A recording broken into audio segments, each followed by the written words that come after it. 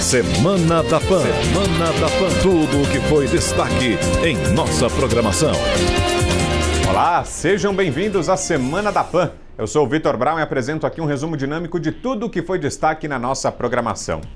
A semana foi marcada por discussões relacionadas à vacinação contra o coronavírus no Brasil.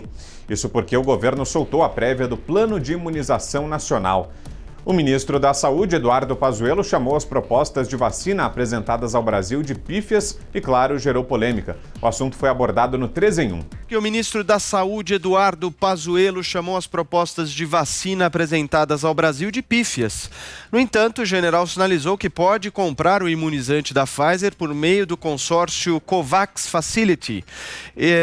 Pazuello afirmou ainda que o Brasil pode ter 300 milhões de doses em 2021, sendo cerca de 100 milhões entregues pela AstraZeneca até o fim do primeiro semestre, além de outras 160 milhões de unidades do mesmo modelo que serão fabricadas pela Fiocruz.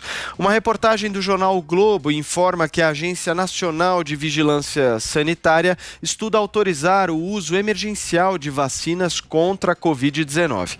A autorização permitiria que o imunizante seja usado em casos específicos e previamente definidos, sem a necessidade de que o produto já tenha o registro do órgão. Ontem, o Ministério da Saúde divulgou os possíveis primeiros pontos da estratégia para a vacinação da população brasileira contra a Covid-19. Segundo a pasta, o plano terá 4 etapas. Os primeiros a receber a vacina serão os trabalhadores de saúde, as pessoas a partir dos 75 anos de idade, os indivíduos com pelo menos 60 anos que vivem em instituições de longa permanência e a população indígena. Josias, você começa. As declarações do general Eduardo Pazuello, nosso ministro da Saúde, sobre vacinação contra a Covid-19, elas não conseguem passar a segurança de que os problemas serão resolvidos adequadamente, mas servem para organizar as confusões que estão por vir. Nessa audiência no Congresso, o ministro tratou como certa a chegada ao Brasil, a partir de janeiro, de uma vacina que acaba de retornar à fase de testes. Expôs dados que não batem com as informações da sua própria pasta e admitiu a compra de uma marca de vacina que a sua equipe havia descartado na véspera.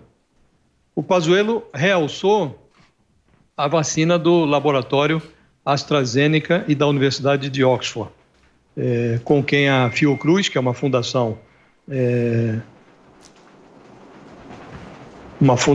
aí do Ministério da Saúde, firmou um convênio. O governo está investindo nesta vacina 1,9 bilhão de reais. O ministro diz que chegam em janeiro, entre janeiro e fevereiro, segundo ele, 15 milhões de doses dessa vacina. A Fiocruz falava em 30 milhões de doses, não em 15 milhões. O ministro Pazuello diz que haverá 100 milhões de doses no primeiro semestre e 160 milhões de doses dessa vacina no segundo semestre. Pela conta da Fiocruz, o número do segundo semestre seria de 110 milhões de doses, ou seja, 50 milhões de doses a menos do que está falando o ministro.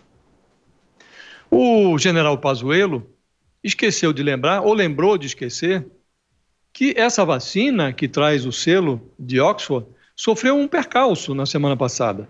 Descobriu-se que parte dos voluntários que testaram a vacina receberam uma dose e meia, ao invés de 2 doses, como estava previsto.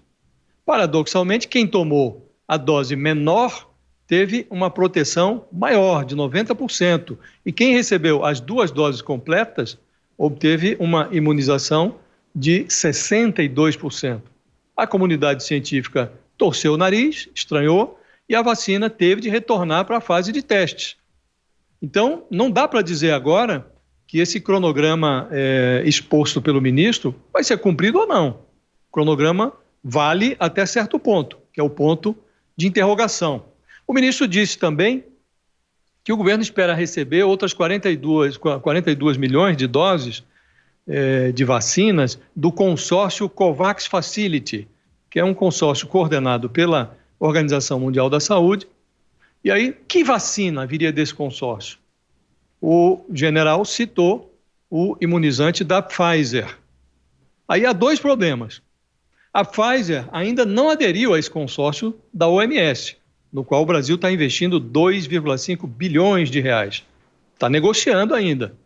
E o secretário de Vigilância em Saúde, o Arnaldo Medeiros, da equipe do general Pazuello, disse na véspera que essa vacina não serve para o Brasil, por conta da temperatura de armazenagem. Ele não mencionou na sua a Coronavac, que é chamada pelo presidente Bolsonaro de vacina chinesa do João Dória.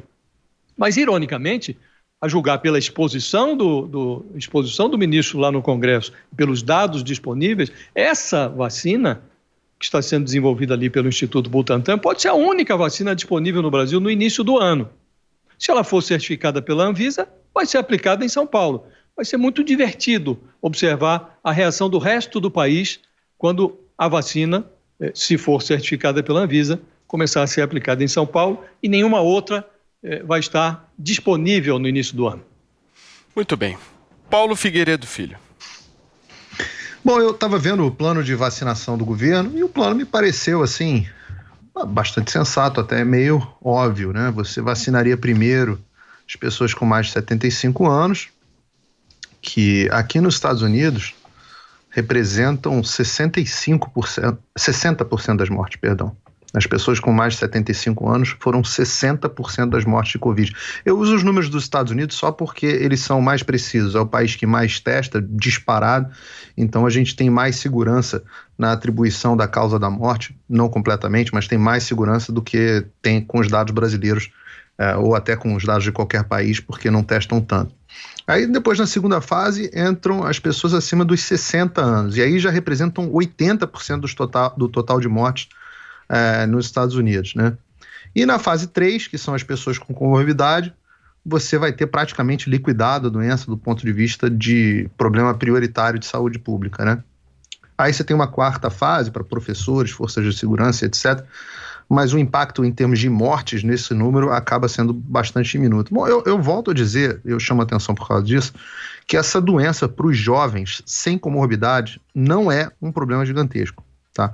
Morreram quase 3 vezes, por exemplo, mais crianças de gripe comum aqui nos Estados Unidos esse ano do que de Covid. Na faixa de universitário, se você que a gente vai falar de universitário aqui, né?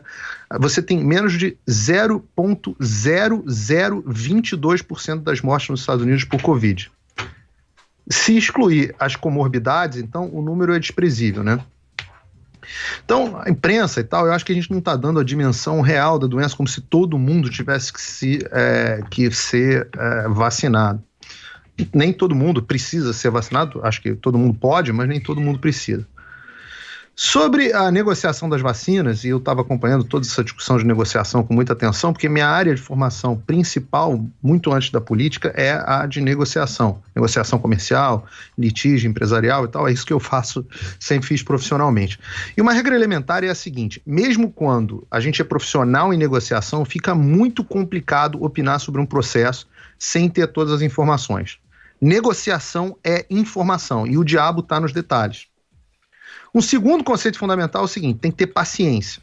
Quem negocia desesperado sai sempre pior. Se negociar com pressa, corre o risco de pagar caro e ainda sair sem o que você quer. Então, eu ficar aqui dando pitaco sobre uma negociação extremamente complexa, que mais ou menos foi o tema da notícia do jornal, e aliás, me baseando em notícia de jornal, que cá entre nós nem sempre são as melhores informações, a chance de falar bobagem é imensa. Agora, feita essa ponderação, tem um terceiro conceito de negociação que eu queria chamar a atenção, que é um jargão técnico que se chama BATNA. E eu peço desculpas ao ouvinte e paciência por estar usando um jargão técnico, mas eu vou explicar. BATNA é a sigla em português, em inglês, para Best Alternative to a Negotiated Agreement, que significa melhor alternativa para um acordo negociado. Basicamente é o seguinte: o seu BATNA é o que acontece se a sua negociação falhar. E nesse ponto que eu quero chamar a atenção aí no caso do Brasil e todos os países, o BATNA é muito ruim. Por quê? Se não conseguir ter sucesso nas negociações, e são poucos os agentes que têm vacina, se não conseguir fechar, não só o prejuízo em termos de vida, mas até o prejuízo econômico da pandemia, dos lockdowns, das medidas restritivas, vai custar mais caro para o Brasil do que qualquer extra que tenha que pagar aí pela vacina. Então, assim, no final das contas, essa posição, a nossa posição na mesa é muito ruim. Infelizmente, a gente vai ter que pagar caro mesmo. Mas, por outro lado, não adianta chegar de calça riada, porque senão essa é a melhor maneira de você não conseguir nada do que você quer. Então, como eu disse, é uma negociação difícil, é muito difícil opinar, a gente fica recebendo aqui notícia de jornal, só quem está lá dentro sabe exatamente os bastidores, e a partir daí a gente vai acompanhando os próximos acontecimentos. Fica muito difícil. Se acontecer isso aí que o Josias falou, eu acho que vai deixar o governo numa posição bastante desconfortável mesmo, mas pior do que a posição desconfortável do governo, você tem uma situação desconfortável para o resto dos brasileiros, né, que não teriam acesso à vacina enquanto os paulistanos teriam. Thaís Oyama. Paulo, você falou aí que o general chamou de pífias, né, as propostas de vacina que o Ministério da Saúde recebeu. Mas olha só, eu diria que o general Pazuello está sendo, no mínimo, um pouco luxento, como se dizia antigamente, né? Porque o que ele diz? Nenhuma vacina é boa o suficiente para o Brasil, nenhuma tem o prazo que ele quer, nenhuma tem o preço desejado, nenhuma tem a quantidade que o Brasil deseja, nada disso é bom. Só que por que nada disso é bom? Porque o Brasil chegou atrasado nessa fila de compra de vacinas, né?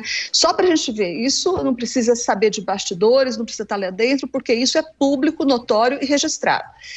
Olha só, o Brasil é um dos poucos países da América Latina que comprou vacina de um único fabricante. Eu estou desconsiderando o consórcio, né, o COVAX, que todos os países da América Latina praticamente aderiram, inclusive o Brasil. Estou falando de compra de vacina antecipada. O Brasil é um dos poucos que tem um único contrato, que é com a Oxford, a vacina de Oxford. Olha só, Argentina, Chile, Colômbia, Costa Rica, Equador, México, todos eles compraram pelo menos 2 vacinas. Compraram de pelo menos 2 fabricantes. Lá atrás, não é agora. Agora está tarde, agora todo mundo já fez suas encomendas. Esses compraram lá atrás. E olha só, Chile e México compraram de 3 fabricantes, também lá atrás. Não adianta correr agora. Agora não tem para todo mundo. Agora todo mundo que tinha que comprar já comprou. Agora o Brasil vai pagar caro, vai conseguir pouca vacina, vai conseguir num prazo ruim em todas as condições, inclusive de preço ruins, como bem constatou o general de forma bastante atrasada, né? Então, aqui, ao contrário, e como se sabe, o Brasil apostou num único cavalo, que foi a vacina de Oxford e que, desgraçadamente, por puro azar, sofreu um acidente, digamos. O cavalo sofreu esse acidente com aquele equívoco que eles cometeram na dosagem e que vai agora, então, exigir novos testes e, portanto, deve acarretar num atraso na aprovação e na distribuição e tudo mais da vacina de Oxford. Se o Chile foi atrás de 3 vacinas, o Brasil, com as proporções territoriais que ele tem, já deveria ter levado em conta todas essas possibilidades, todas essas circunstâncias possíveis, como aconteceu com a vacina de Oxford, e poderia ter pensado em pelo menos mais uma, com as proporções territoriais que tem. Não é claro que uma vacina só não vai dar conta de todo mundo. Será que o general especialista em logística não sabia disso?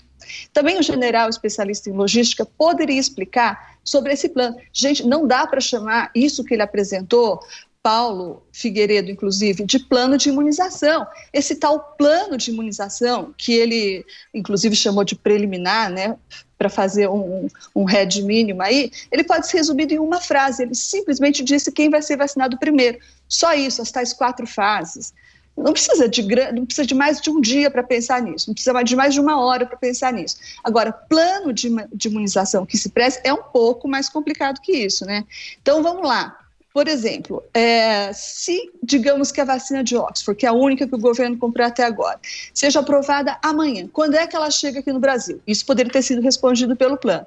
Nos Estados Unidos, o plano de imunização, que já foi divulgado há muito tempo, diz o seguinte: sendo aprovada uma vacina pelo FDA, em 24 horas, ela está embarcando para os Estados Unidos, as primeiras doses estão embarcando. Em 48 horas, os primeiros americanos estão recebendo a vacina. Isso diz o plano de imunização dos Estados Unidos. Aí, outra pergunta que eu gostaria de ver respondida nesse plano de imunização do general. Cadê os centros de vacinação? Onde é que eles estão? Onde que vão ser construídos? No Reino Unido, eles já sabem, são 42, estão terminando de ser construídos nos ginásios, nos centros esportivos, eles sabem até quantas pessoas cada um desses centros vai vacinar por dia, vão ser de 3 mil a 5 mil pessoas. Eles sabem disso. Cadê os nossos centros de vacinação? Quem que está pensando nisso? Quem que está planejando e onde que eles vão ficar? Mas, outra pergunta, quem é que vai aplicar o raio da vacina? A vacina de Oxford, que seja. Quem que vai aplicar? Na Argentina, eles já têm a resposta. As Forças Armadas estão envolvidas nessa logística. Os militares vão cuidar disso. Aqui, quem que vai aplicar as vacinas de Oxford? E outra, sabia, general, que tem que ter seringa e luva? Quem é que vai comprar as seringas e as luvas? Até porque o mundo inteiro está atrás de seringa e luva, que são coisas básicas para aplicar vacina. Todo mundo se lembra do que aconteceu com os respiradores aqui. O governo federal se eximiu da responsabilidade de coordenar a compra de respiradores no auge da pandemia, lá na primeira onda. E daí os estados tiveram que sair correndo, cada um comprando o seu lote de respiradores, pagando o preço que foi pedido e de maneira descoordenada e etc. Então, tudo indica que é isso que vai acontecer também com seringas, luvas e tudo mais que for necessário. O plano de imunização é isso, tem que trazer esse tipo de resposta. Não é dizer que tem 4 fases e que os indígenas e os idosos vão ser os primeiros a ser vacinados. Então, olha, o general que me perdoe, mas não são as propostas de vacina que são pífias. Pífia é isso aí que ele chamou de plano de imunização dele. O presidente da França, Emmanuel Macron, impactou novamente o agronegócio com a fala de que o país irá restringir a soja brasileira. O assunto foi analisado em Os Pingos nos Is. O governo e o setor agrícola do país se comprometeram a aumentar em 40% as áreas destinadas ao cultivo de plantas ricas em proteínas em apenas 3 anos. Os produtores franceses ainda assinaram uma carta de compromisso prometendo respeitar a meta em troca de ajuda financeira no valor de 100 milhões de euros durante 2 anos. A França alega que as medidas têm como objetivo a garantia da soberania agroalimentar e o fim da importação de soja brasileira. A França é o maior importador de farelo de soja brasileiro na União Europeia. São mais de 2 milhões de toneladas que atravessaram as fronteiras no último ano, sendo que mais de 88% vieram do Brasil. Vale lembrar que em setembro, Macron se opôs veementemente ao acordo comercial entre a União Europeia e o Mercosul, alegando que o governo brasileiro não respeita a Amazônia. Começo com você, Zé. Sua avaliação aí sobre essa medida do presidente francês Emmanuel Macron. É a guerra da soja. Ô Vitor, me foi apresentado o primeiro grão de soja há muito tempo. E antes de fazer comunicação, eu fiz agropecuária na Escola Federal de Barbacena e lá estudamos muito a soja e ela sempre foi apresentada como o nosso boi, o boi brasileiro. O boi, por que boi? Porque a proteína. A soja, ela é importantíssima no processo alimentar do mundo inteiro. Isso primeiro porque produz alimentação direta, né? Através da alimentação industrializada tem entre seus componentes a soja. Tem o óleo de soja e o farelo de soja. Através da soja se faz boi, né? Proteína animal, frango e peixes, por exemplo, na Noruega, o peixe da Noruega, famoso no mundo inteiro, né? Inclusive o salmão é alimentado com soja brasileira, com ração feita de soja, que leva entre os componentes, grande parte dos componentes, soja brasileira. Então a soja sempre foi importantíssima. De algumas décadas para cá, da década de 70 para cá, a soja foi crescendo e crescendo muito. E o Brasil ocupou um espaço muito importante porque aprendeu, a Embrapa investiu aqui em tecnologia, em sementes. Aí vieram guerrear aqui no Brasil contra a soja com aquela história do transgênico. Quem come soja transgênica, na verdade, vira transgênico. Era a pregação. E foi um debate profundo no mundo inteiro, aqui no Congresso Nacional. Queriam proibir a plantação de sementes transgênicas.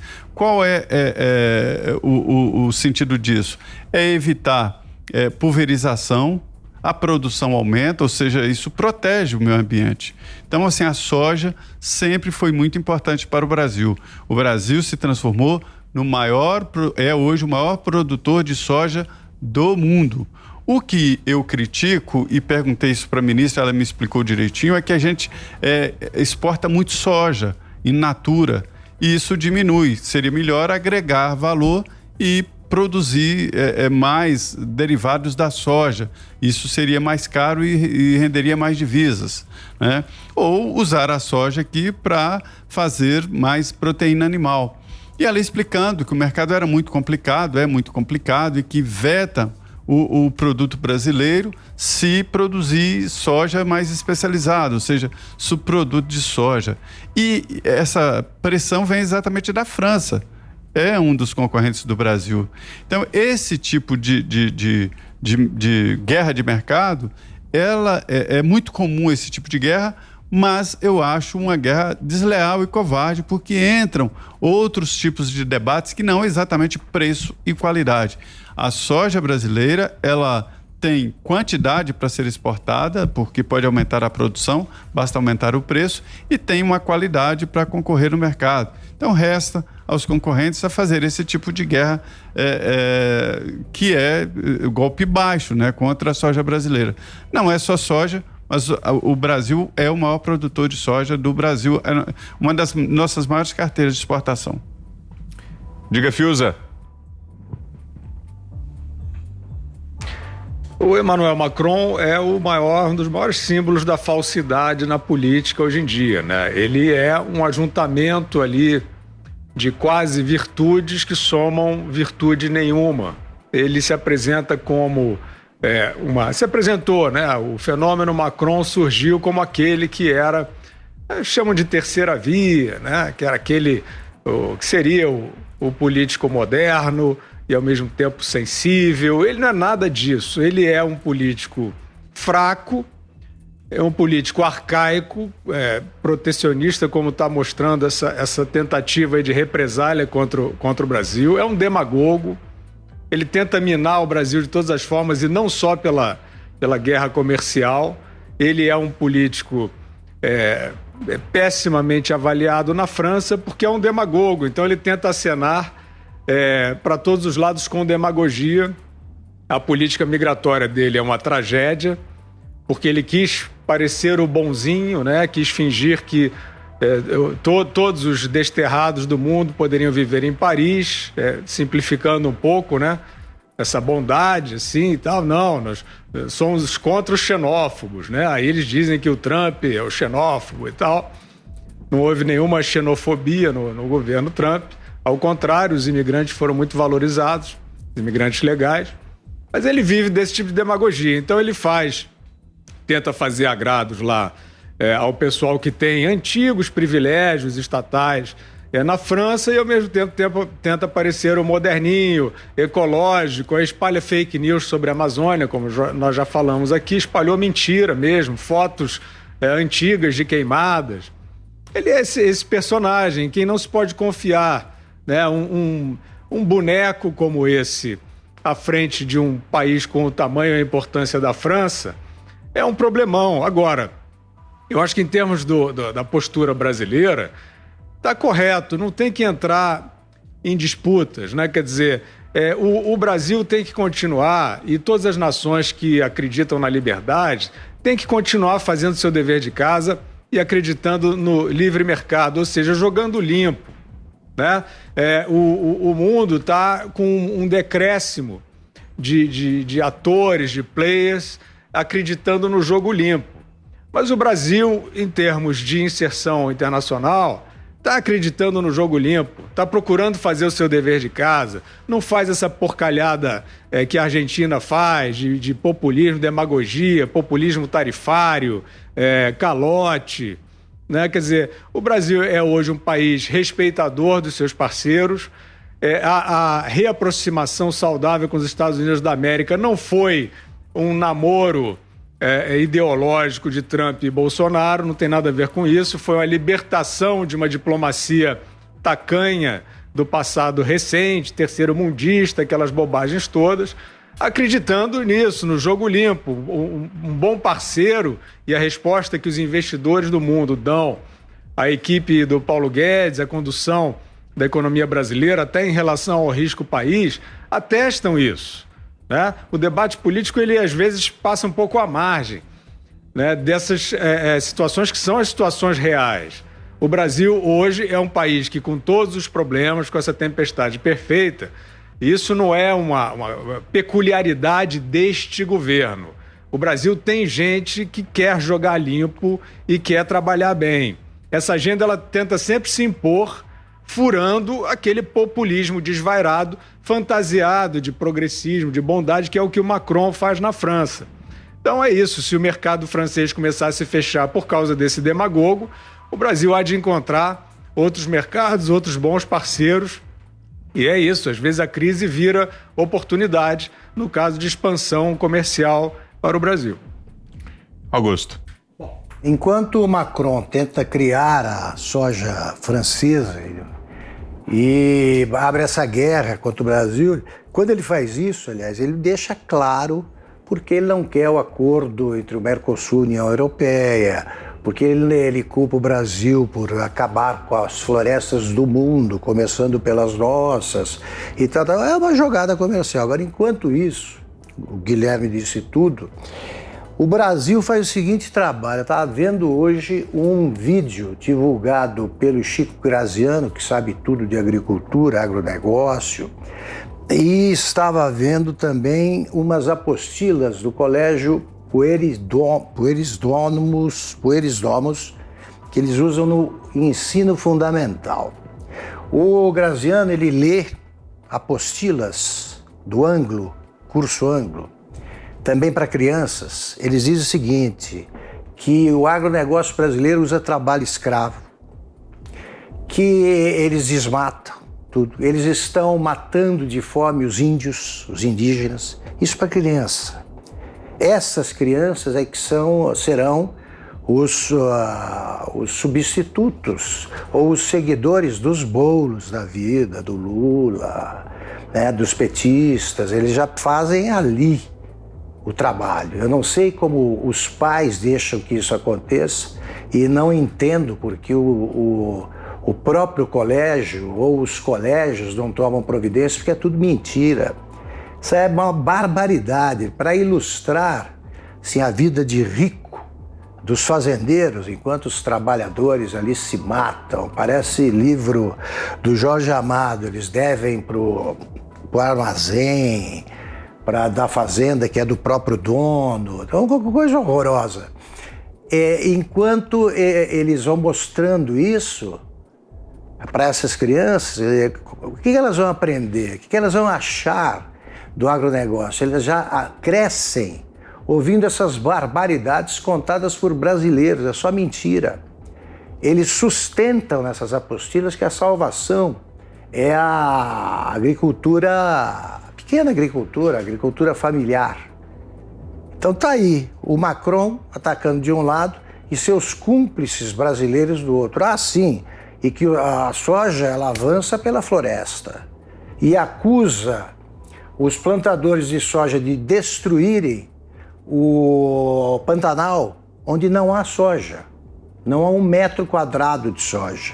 Tudo isso aparece nesses colégios, tá? Eu vou fazer uma seleção de pérolas para apresentar aqui, mostrar e dando os nomes dos colégios, tá? Para mostrar que o brasileiro é preparado desde pequenininho para acreditar nos Macrons da vida, dá no que dá, né? Oceana. Como a gente vem falando, mostrando aqui, né, quem é esse personagem, o Macron aí, que engrossa o tom de voz contra o Brasil por pura ideologia, por não compartilhar aí da visão política ou ideológica do presidente Jair Bolsonaro, e ele tem que primeiro, acho que ele tem que primeiro, antes de atacar o Brasil ou de colocar sanções aí em relação à nossa soja, ou até mesmo a nossa relação comercial com a França, ele precisa arrumar a casa, né? A casa dele aí está bem bagunçada, terrorismo doméstico ali, as fronteiras abertas estão colocando muita violência para dentro da França. A gente viu, inclusive, infelizmente, uma vítima brasileira, negra, católica aí, que morreu num ato terrorista dentro de uma igreja na França. mas a gente vê que esse tom de voz que ele coloca aí contra o Brasil, né, junto com, como o Fiuza colocou, as fake news que ele propaga em relação à Amazônia, tuitando aí fotos que não são relacionadas com o momento da Amazônia, ele não tem esse mesmo tom de voz em relação a outros líderes aí mundiais, se ele for seguir na coerência que ele pensa em relação à proteção do meio ambiente, por exemplo.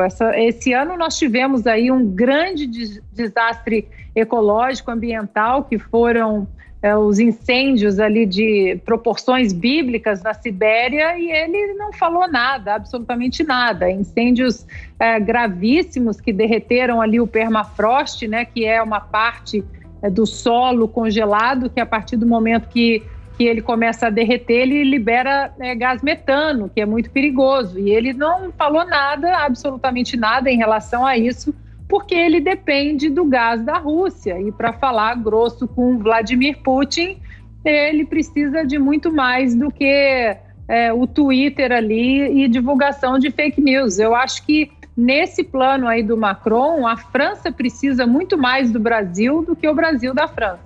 E depois de assumir o cargo de diretor de uma consultoria americana, o ex-ministro Sérgio Moro rebateu críticas de internautas nas redes sociais.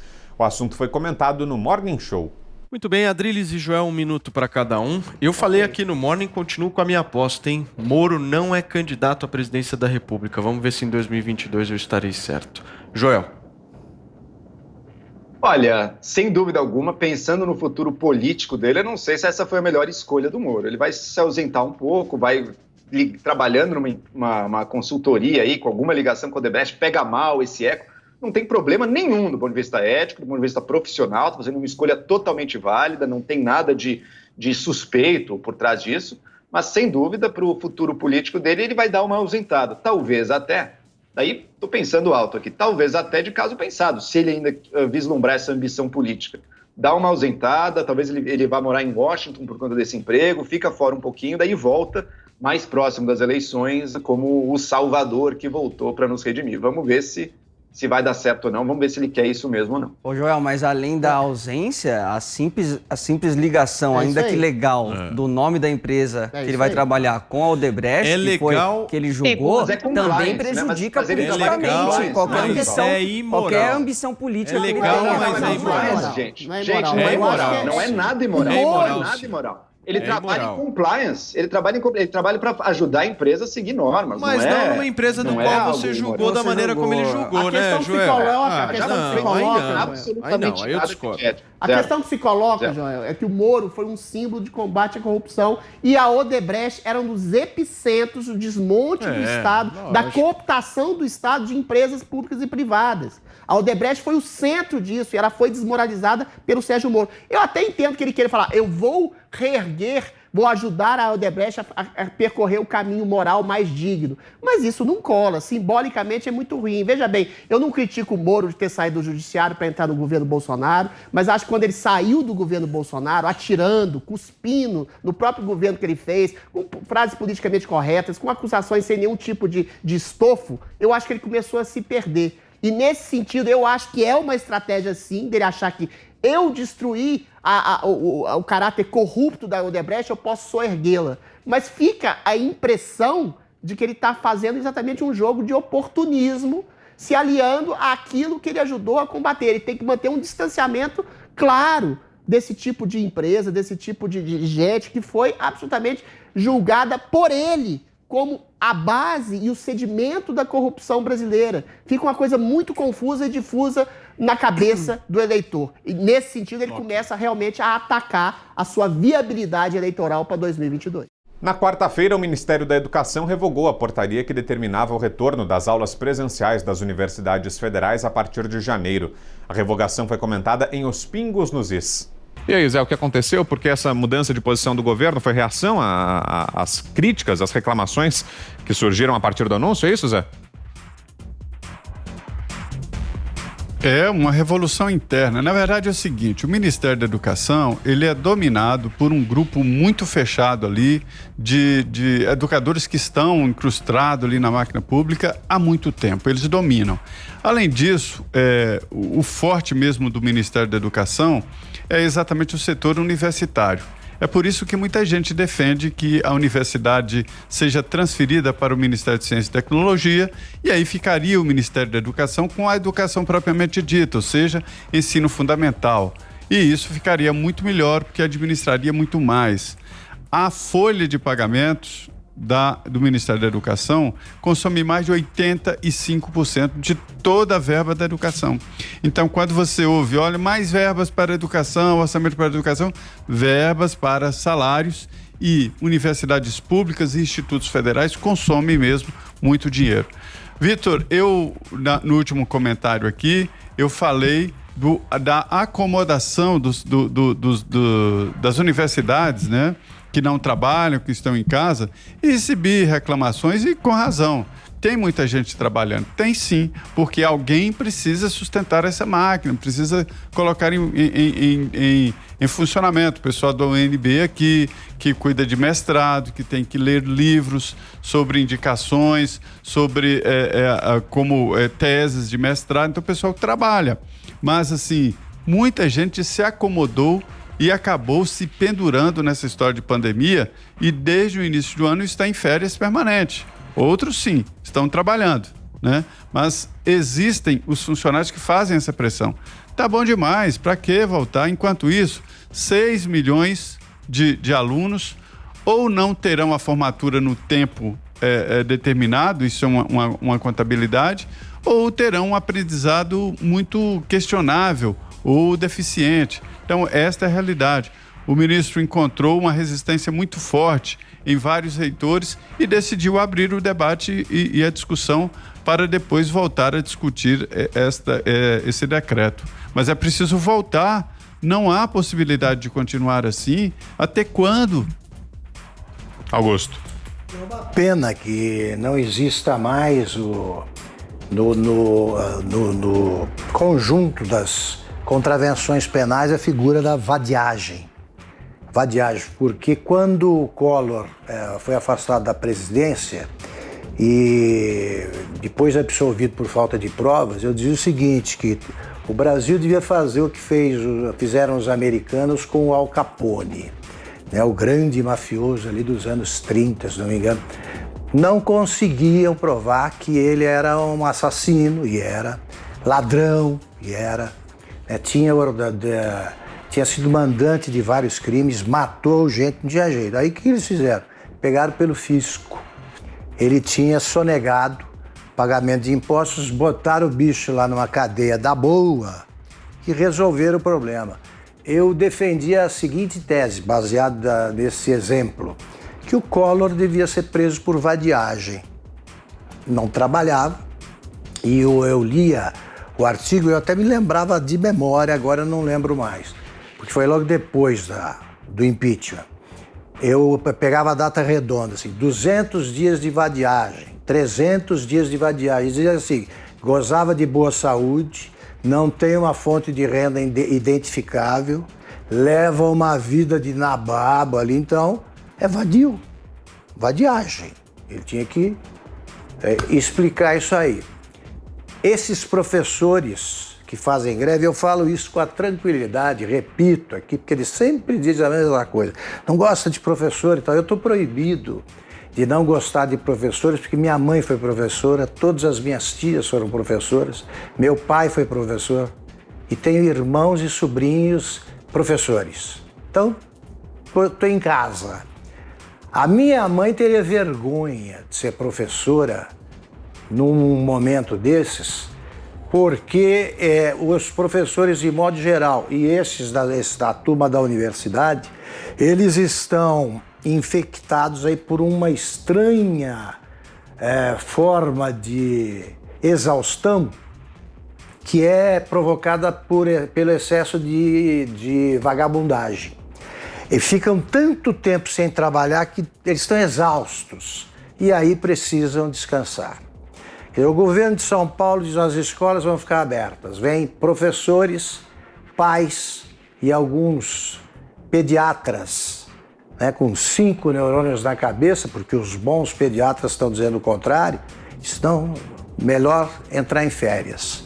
Eu sou do tempo em que as férias consumiam 3 meses. Você tinha férias em janeiro, fevereiro e depois as férias de julho. Eles estão entrando em férias de verão agora, nas férias de verão, o que significa, já falaram que não vão trabalhar, significa que agora o ano letivo tem 3 semanas. Porque se você somar todas as bobagens que eles tentaram transmitir aos alunos, e porque o sistema de aulas virtuais do Brasil é uma porcaria, né? Só dá trabalho para mãe, avó, coisas desse tipo. Não conseguiram ensinar ninguém mais de 3 semanas. Então inverteram tudo e abriram uma cicatriz na formação desses garotos ou dos marmanjos da universidade que jamais vai cicatrizar, né? Jamais será fechada. Coisa de vadio, né? Fiuza.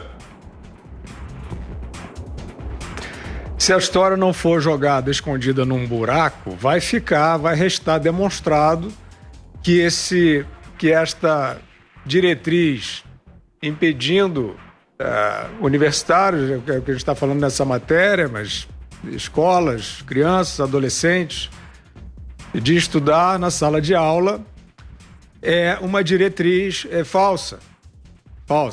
O que a gente tem que perguntar hoje, né, no momento presente, diante de mais uma ameaça, né, como essa, de projetar um outro ano de ignorância, é o seguinte: onde é que está o laudo sanitário de que o funcionamento com o distanciamento, cuidados higiênicos, etc., tudo que se sabe deste grupo etário que frequenta a universidade, onde está o laudo sanitário de que isto é uma ameaça à população? Onde está o laudo sanitário que indica que o funcionamento de universidades agravará a pandemia, colocando vidas em risco, levando rede hospitalar ao colapso e todas as indesejáveis perspectivas que não se quer? Eu acho, Vitor, que chega de conversa fiada. E aí o governo, o Ministério da Educação, vem com uma decisão e recua dessa decisão. Ou seja, não estava consistente nessa decisão. Deveria estar. Não falta mais informação a ninguém. Falta, sim. A pandemia está em curso. Muito mais se saberá sobre as características. Mas para determinadas atitudes de vida em sociedade, a informação é suficiente para certas decisões, né? Não há certezas absolutas, aliás, nunca há. Então, o que nós estamos vendo é aflitivo, porque é uma batalha que é o seguinte: quem é que vai puxar? De repente você vê o MEC puxando, né? Você fala, pô, alguém resolveu exercer autoridade no país. Aí vem um motim, né? E eu acho que o depoimento do Augusto é repleto de fundamento, porque, infelizmente, isso é uma constatação, né? Uma constatação trágica. E boa parte do ensino superior está na mão de gente panfletária. Eu até me recuso a chamar de ideológica.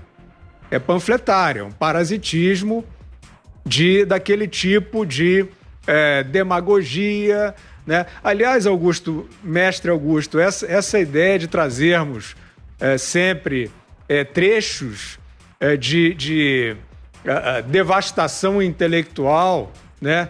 Que essas instituições de ensino, algumas inclusive primárias, perpetram, né? Nessa falsa educação sobre heróis, vilões, imaginários, destruindo a memória, destruindo a história. Eu acho que é uma ideia muito boa. Muito boa. Acho que vale a pena a gente fazer aqui porque, como eu disse anteriormente, nós estamos a pé em termos de salvaguarda institucional. Estão brincando, e a palavra é essa mesmo que eu quero usar, né? Quer dizer, dentro de uma pandemia que é grave, estão abrindo licenças supostamente sanitárias para adotar condutas que sabe-se lá quais são os motivos, ou até sabe-se, mas eu nem quero trazer aqui. O fato é que você ter uma perspectiva hoje de adiamento da boa pedagogia, e boa entre muitas aspas, mas enfim, a que se tem, né, pelo menos, e da própria vida em sociedade, por conta aí dessas insinuações que já são místicas, que não tem nada de sanitárias, isso é uma loucura. Eu gostaria, mais uma vez, de perguntar, onde está o Ministério Público? Onde está a instituição chamada Ministério Público? Respeitável, né? Devemos ao Ministério Público, a procuradores, enfim, integrantes do Ministério Público, grandes avanços institucionais no Brasil. Operação Lava Jato nem se diz, em diversos outros momentos e outros aspectos. Mas hoje, na pandemia, os interesses difusos da população estão sendo fuzilados ao vivo, né? Os direitos, tanto de liberdade, né, quanto de vida em sociedade, quanto de aprendizado, eles estão à míngua. Então, eu apelo ao Ministério Público, porque é de lá que tem que vir. Você acha que uma comunidade já falamos, né, uma comunidade acadêmica com problemas, com certos desvios anti-acadêmicos, né, para ser bonzinho. Comunidade de estudantes e nos níveis mais... níveis inferiores de educação, a comunidade de pais, todos na dúvida, todos numa inércia paralisante.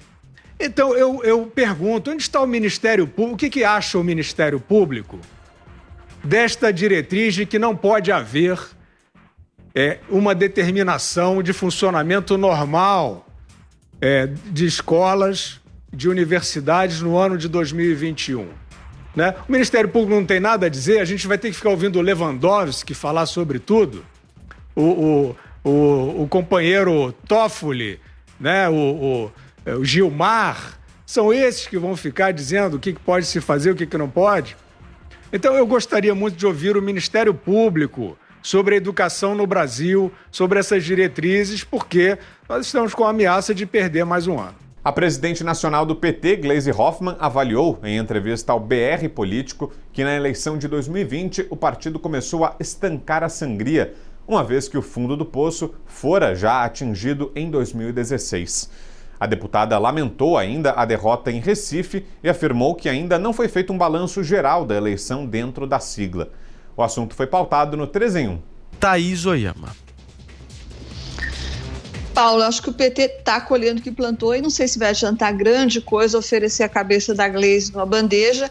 E, em segundo lugar, não sei se vai adiantar ninguém insistir para que o presidente Lula saia de cena, porque é tudo que ele não pretende fazer, né? Não fez até hoje, não será agora que deve fazer.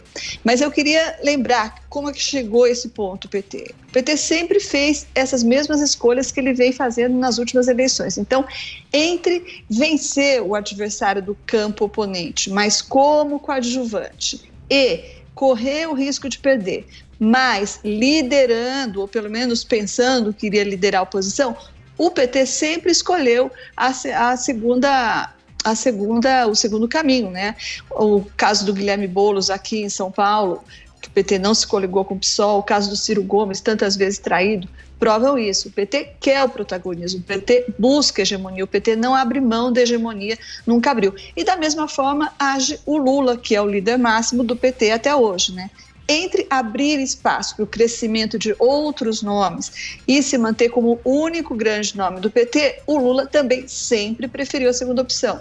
Ele sempre não só deixou de abrir espaço, como ele fechou alguns espaços que começaram a aparecer. Então eu vou lembrar de um caso histórico faz algum tempo, mas foi muito emblemático e tem ressonâncias até hoje. Foi com o ex-senador Eduardo Suplicy, hoje vereador. Em 2002, o Suplicy se atreveu, ousou desafiar a autoridade do Lula quando ele insistiu em fazer as prévias, em disputar as prévias com o Lula para disputar a presidência nas eleições de 2003.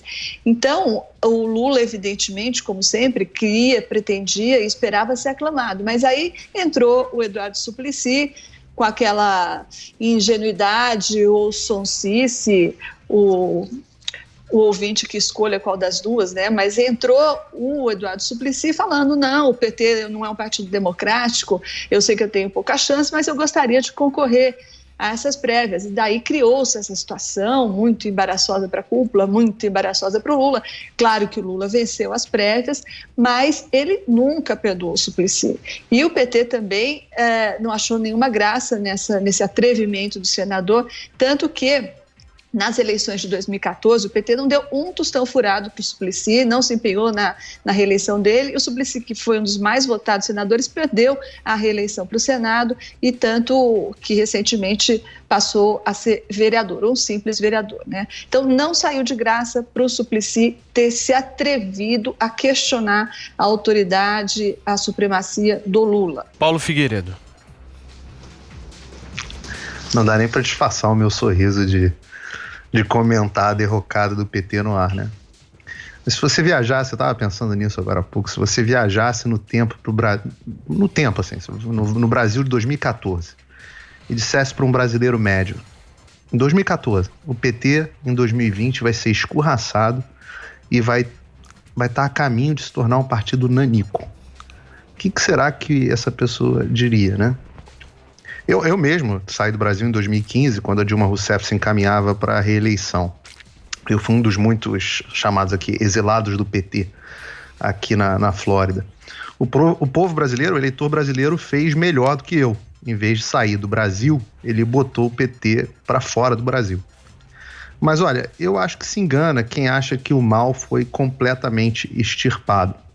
E eu chamo a atenção para uma mudança que a esquerda vem apresentando no mundo inteiro.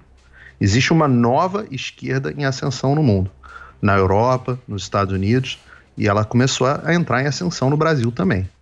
Saiu de cena aquele apelo à classe operária, trabalhadora, que cada vez mais agora se torna conservadora, e entrou num palco o neomarxismo pós-moderno.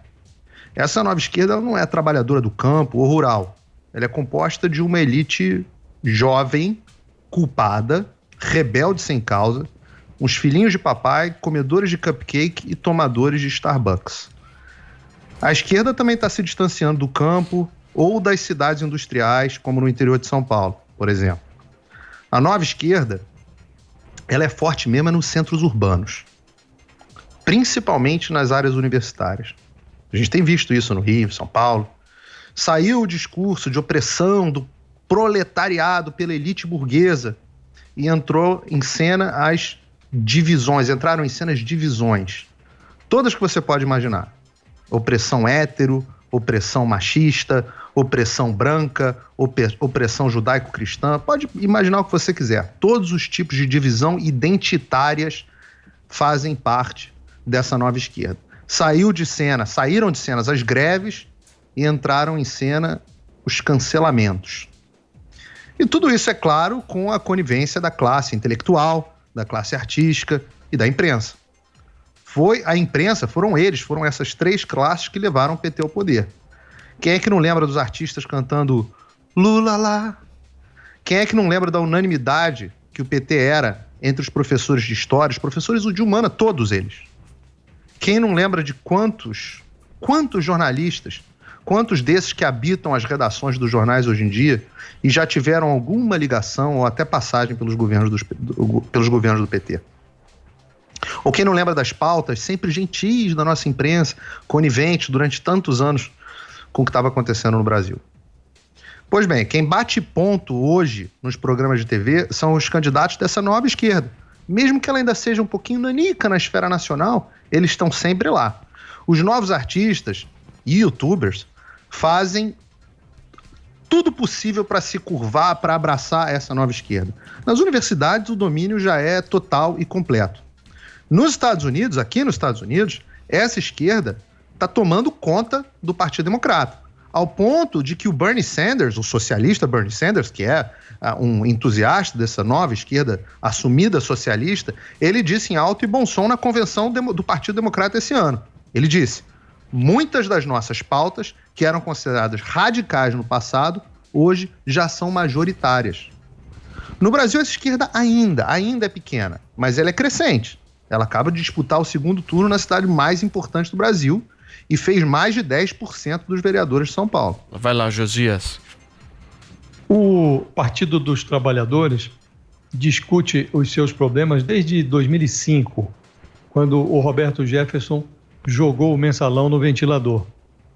Já temos aí 15 anos, 2 mega escândalos, várias passagens de petistas pela cadeia, um impeachment, uma colossal lipoaspiração partidária. E o PT continua discutindo os seus problemas em vez de resolvê-los. Um partido não apodrece por cair na lama, ele apodrece por permanecer lá. E o PT parece ter desenvolvido uma certa afeição pelo lodo. No momento, o petismo se encaminha para transformar a Gleisi Hoffmann, que é a presidente do partido, em boi de piranha, que é uma personagem que é jogada no rio para ser devorada enquanto alguém escapa. A Gleisi é uma dirigente precária, mas os petistas, como de hábito, escolhem os seus bodes expiatórios, esquecendo-se de mencionar o grande bode exultório da legenda, uma figura que sempre escapa, que é o Lula. A Gleisi é mera preposta do grande chefe no comando do partido. Ela faz o que o Lula manda ou consente. O DNA da crise que produz o definhamento do PT, ele é 100% feito de Lula. É do Lula a autoria do mito da gerentona que levou a inépcia da Dilma Rousseff à presidência da República. Deu em ruína econômica e em impeachment. Foi nos governos do Lula que o PT se converteu numa máquina coletora de fundos que desagou no mensalão e no petrolão. Deu em cadeia. Foi por causa do Lula que o partido misturou o Lula livre à pauta eleitoral de 2018. Deu em Jair Bolsonaro. Nesse momento, o PT se divide entre a contemplação das suas feridas e o esforço para anular no Supremo Tribunal Federal a sentença que levou o Lula à prisão. Simultaneamente, o partido mantém debaixo do tapete todo o lixo acumulado na sua passagem pelo Poder Federal. Essa estratégia tem 2 problemas. O primeiro é que a disfarçatez vaza pelas bordas do tapete. O segundo problema é a presunção do PT de que o Brasil é uma nação de bobos. A cada nova eleição, o brasileiro vai informando ao PT que não é imbecil, que enxerga o que aconteceu e que acha que o partido merece uma punição. O partido não reage e vai sendo punido.